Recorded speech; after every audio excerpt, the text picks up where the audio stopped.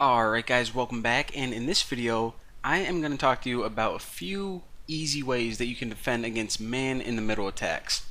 Now, the biggest recommendation I have is just never to use free public Wi-Fi.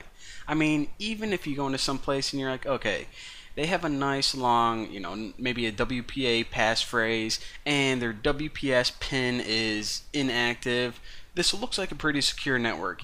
Even if you think it's a secure network, you still have no idea who is managing that router, that access point. It could be some dude and he can just be waiting there, waiting to claim your sensitive information. So if you use public Wi-Fi, then at least do not use it with your sensitive information, and I mean your bank account login, your email login, so on and so forth. Now, for those of you who need to use public Wi-Fi, there's just no way around it, maybe you do for your job, then these are a couple of things to look out for. First of all, whenever you go to a sensitive page, such as a login page, you need to make sure that it has a valid HTTPS certificate. Now, on the website that we made in the last video, you saw that whenever we went to www.bacon.com, it wasn't the real bacon.com, so we're never going to see one of those nice green certificates, and I'll show you guys what they look like. So this is the Bank of America webpage right here, and this is from my phone, and this is from the tablet. So any big company, and not even a big company, but any decent sized company, their website is going to have this green validation or certificate on their website, and this is basically saying this website is who we say they are. That's why these certificates were made up. Now, I want to say not every website, because maybe your friend has a forum and I don't know, maybe someone's working on like a tiny little website. Those login pages may not have it, but all of your big websites, Facebook, your banks, your Googles, your emails, keep an eye out for these, and if you don't see one, do not go to it. Now, another important thing you can do, especially on your home network, is lock out any unauthorized users.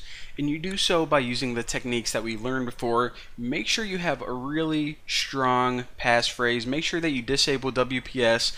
And as you continue watching this series, you're going to learn about more vulnerabilities and how you can fix them.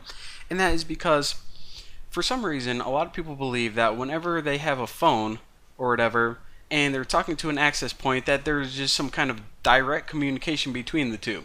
But they don't realize whenever you're using Wi-Fi, like I said before, it's almost the exact equivalent of shouting your information out to anyone that'll listen. So make sure anyone you don't trust, anyone but your friends and your family, they can't even access your network if they tried. I mean, as a general rule of thumb, look at this guy. Do you trust this guy? I don't. I mean, you have to think. Would you trust him with your 13-year-old daughter? No, you wouldn't. So why would you trust him with your Wi-Fi network, which is even more important? Because you know that this guy is just going to be like, oh, I'm an old guy.